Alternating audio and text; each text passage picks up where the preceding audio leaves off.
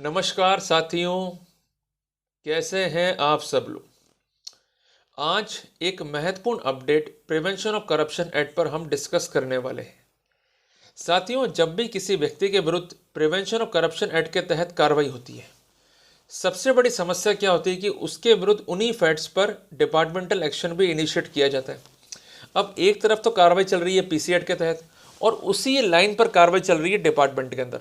अब डिपार्टमेंट की फाइंडिंग जो है काफ़ी फास्ट चलती है, ये प्रोसीडिंग काफ़ी स्पीडली होती है और इनका असर डेफिनेटली एसीबी केसेस पर पड़ता है, क्योंकि एसीबी ये कहता है कि इसके डिपार्टमेंट ने इसको गिल्टी होल्ड कर दिया है।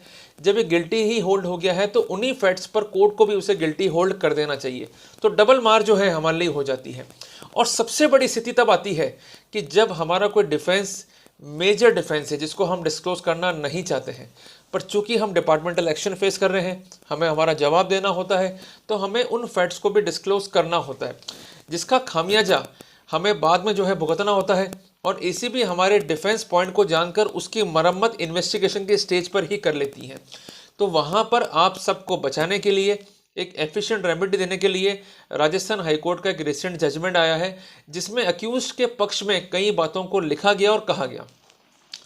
साथियों, सबसे पहले हम मामले के फैक्ट्स को समझते हैं। एक व्यक्ति जो कि पब्लिक सर्वेंट है, जिस पर यह आरोप है कि उसने तथाकथित रिश्वत को प्राप्त किया, रिश्वत प्राप्त करके उसने पीसी एक्ट का उल्लंघन किया और उस पर ट्रायल प्रोसीडिंग इनिशिएट हो गई।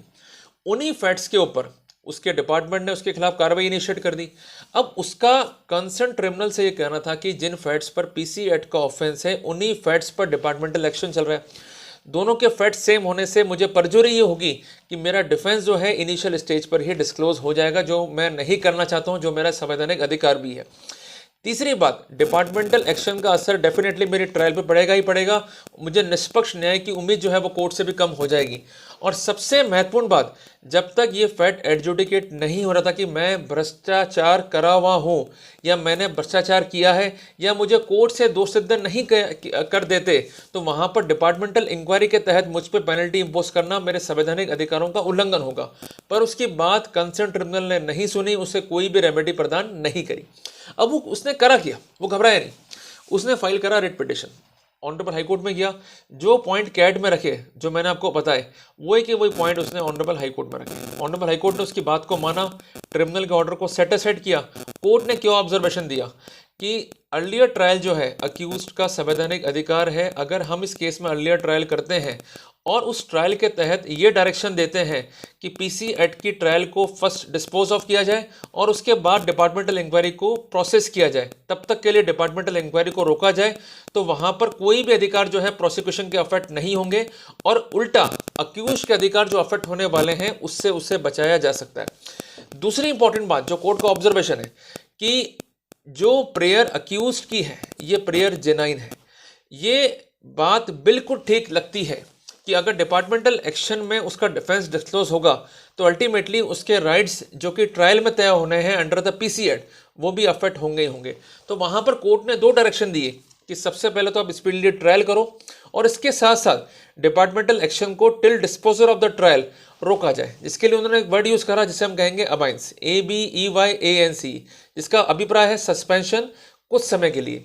तो कुल मिला के ये डिसीजन इसलिए हमारे लिए हेल्पफुल है कि यदि हमारा ट्रायल भी हो रहा है उसके साथ साथ डिपार्टमेंटल एक्शन भी हो रहा है, तो हमें हमारे डिफेंस पॉइंट को आउट करना होता है, सारी बातों को इनिशियली बताना होता है। और डिपार्टमेंटल इंक्वायरी के एडवोकेट जो है अलग होते हैं, जो कि ट्रायल करते हैं पीसी एक्ट की। तो उन वकीलों को यदि पीसी एक्ट की नॉलेज नहीं है और उन्होंने गलत बात को रख दिया, गलत चीज़ को एक्सेप्ट कर लिया, तो उसका असर हमारे केस पे आना ही आना है। तो जब भी आप इस तरह की समस्या में फंसे हुए हैं तो करना कुछ नहीं है, सबसे पहले अपने डिपार्टमेंट को जो है ज्ञापन देवें। डिपार्टमेंट कंसीडर नहीं करता तो ट्रिब्यूनल में जाकर जो है आप प्रोसीडिंग्स करें। ट्रिब्यूनल में जो है कंसीडर नहीं करता है तो आप इमीडिएटली हाईकोर्ट जाएं इस लॉ की लाइट में, तो वहाँ पर आपको जो है फ़ायदा मिलेगा ही मिलेगा, क्योंकि इस लॉ में भी अक्यूज के अधिकारों को प्रोटेक्ट करते हुए कोर्ट ने जो फाइंडिंग्स दी है वो उसके लिए काफ़ी बेनिफिशियल है कि ट्रायल को जल्दी करना है। दूसरी बात, जब तक ट्रायल पूरा नहीं होता तो डिपार्टमेंटल एक्शन को जो है सस्पेंड करना है, रोकना है, अबाइंस करना है। तो ये फैसला जो है काफ़ी महत्वपूर्ण है, अक्यूज के राइट्स को प्रोटेक्ट करने वाला है। साथियों, दिक्कत कभी भी आए लाइफ में घबराने का नहीं है, आपको कानून जो है समझना होगा उसके लाइट्स में ड्राफ्टिंग करनी होगी और ड्राफ्टिंग के साथ साथ अपने पॉइंट्स को प्रॉपरली कोर्ट में प्लीड करना होगा so that you could have efficient results from the court. तो साथियों मिलते हैं एक नए टॉपिक के साथ, तब तक के लिए जय हिंद जय भारत।